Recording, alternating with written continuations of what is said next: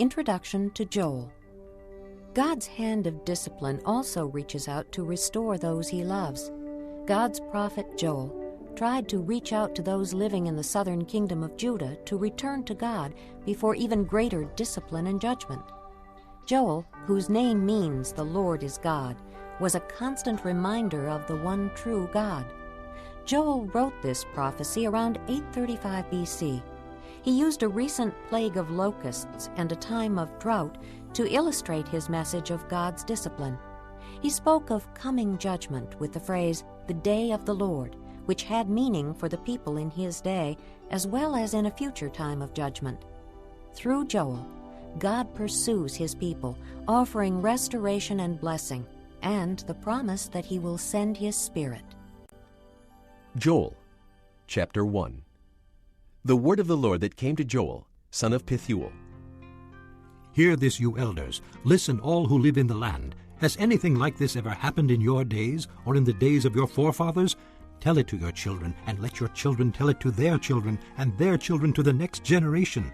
What the locust swarm has left, the great locusts have eaten. What the great locusts have left, the young locusts have eaten. What the young locusts have left, other locusts have eaten. Wake up, you drunkards, and weep. Wail, all you drinkers of wine. Wail because of the new wine, for it has been snatched from your lips. A nation has invaded my land, powerful and without number. It has the teeth of a lion, the fangs of a lioness. It has laid waste my vines and ruined my fig trees. It has stripped off their bark and thrown it away, leaving their branches white. Mourn like a virgin in sackcloth, grieving for the husband of her youth. Grain offerings and drink offerings are cut off from the house of the Lord. The priests are in mourning, those who minister before the Lord. The fields are ruined, the ground is dried up, the grain is destroyed. The new wine is dried up, the oil fails. Despair, you farmers, wail, you vine growers, grieve for the wheat and the barley, because the harvest of the field is destroyed. The vine is dried up, and the fig tree is withered. The pomegranate, the palm, and the apple tree, all the trees of the field, are dried up. Surely the joy of mankind is withered away. Put on sackcloth, O priests, and mourn. Wail, you who minister before the altar. Come, spend the night in sackcloth, you who minister before my God. For the grain offerings and drink offerings are withheld from the house of your God. Declare a holy fast. Call a sacred assembly. Summon the elders and all who live in the land to the house of the Lord your God, and cry out to the Lord. Alas for that day, for the day of the Lord is near. It will come like destruction from the Almighty. Has not the food been cut off before our very eyes? Joy and gladness from the house of our God? The seeds are shriveled beneath the clods. The storehouses are in ruins. The granaries have been broken down, for the grain has dried up. How the cattle moan! The herds mill about because they have no pasture. Even the flocks of sheep are suffering. To you, O Lord, I call, for fire has devoured the open pastures, and flames have burned up all the trees of the field. Even the wild animals pant for you. The streams of water have dried up, and fire has devoured the open pastures. Chapter 2. Blow the trumpet in Zion. Sound the alarm on my holy hill. Let all who live in the land tremble, for the day of the Lord is coming. It is close at hand. A day of darkness and gloom, a day of clouds and blackness. Like dawn spreading across the mountains, a large and mighty army comes, such as never was of old, nor ever will be in ages to come. Before them fire devours, behind them a flame blazes. Before them the land is like the Garden of Eden, behind them a desert waste. Nothing escapes them. They have the appearance of horses. They gallop along like cavalry. With a noise like that of chariots, they leap over the mountaintops, like a crackling fire consuming stubble, like a mighty army drawn up for battle. At the sight of them, nations are in anguish. Every face turns pale. They charge like warriors. They scale walls like soldiers. They all march in line, not swerving from their course. They do not jostle each other. Each marches straight ahead. They plunge through defenses without breaking ranks. They rush upon the city. They run along the wall. They climb into the houses like thieves. They enter through the windows. Before them the earth shakes. The sky trembles. The sun and moon are darkened, and the stars no longer shine. The Lord thunders at the head of his army. His forces are beyond number, and mighty are those who obey his command. The day of the Lord is great. It is dreadful. Who can endure it? Even now, declares the Lord, return to me with all your heart, with fasting and weeping and mourning. Rend your heart and not your garments. Return to the Lord your God, for he is gracious and compassionate, slow to anger and abounding in love, and he relents from sending calamity. Who knows? He may turn and have pity and leave behind a blessing, grain offerings and drink offerings for the Lord your God.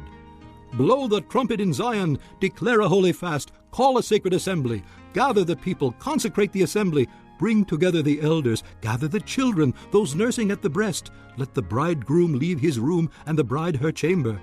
Let the priests who minister before the Lord weep between the temple porch and the altar.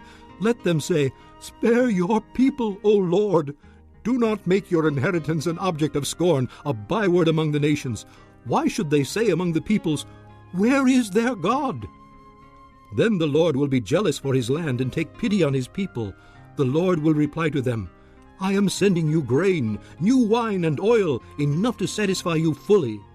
Never again will I make you an object of scorn to the nations. I will drive the northern army far from you, pushing it into a parched and barren land, with its front columns going into the eastern sea, and those in the rear into the western sea, and its stench will go up, its smell will rise. Surely he has done great things. Be not afraid, O land. Be glad and rejoice. Surely the Lord has done great things. Be not afraid, O wild animals, for the open pastures are becoming green. The trees are bearing their fruit. The fig tree and the vine yield their riches. Be glad, O people of Zion.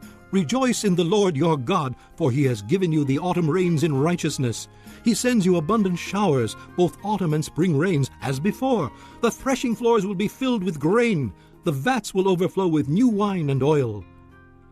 I will repay you for the years the locusts have eaten, the great locust and the young locust, the other locusts and the locust swarm, my great army that I sent among you.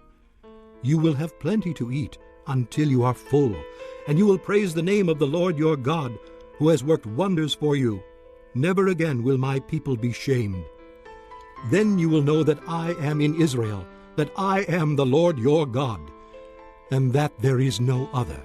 Never again will my people be shamed. And afterward I will pour out my Spirit on all people. Your sons and daughters will prophesy.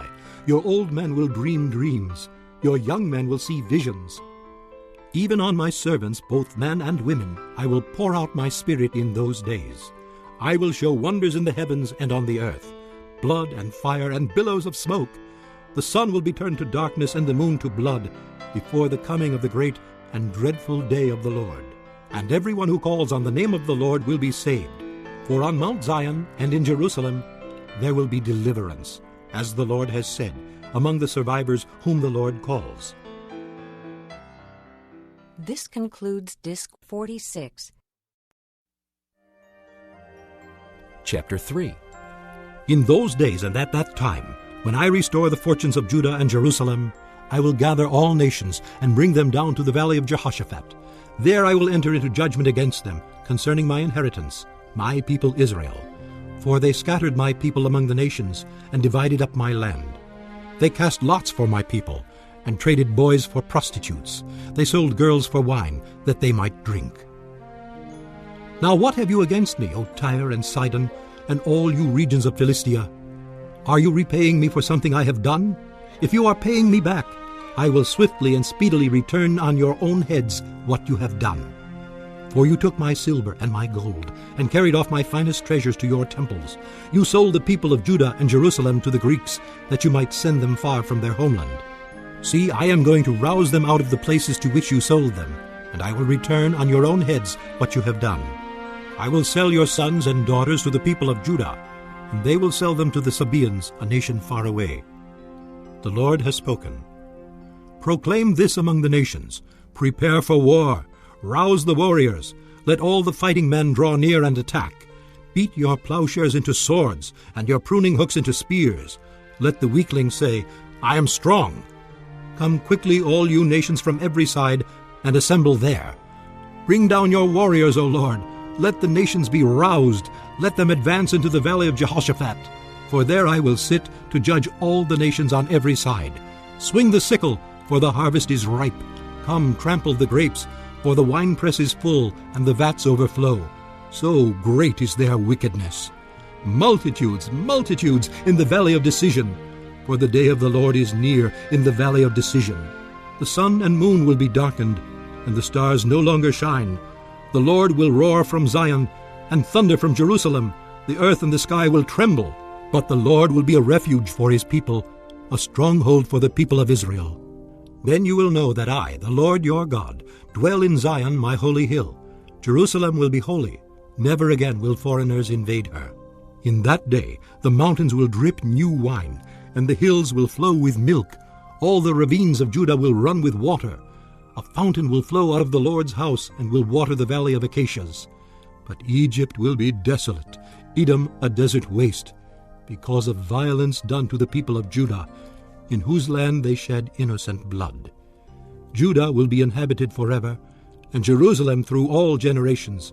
Their blood guilt, which I have not pardoned, I will pardon. The Lord dwells in Zion.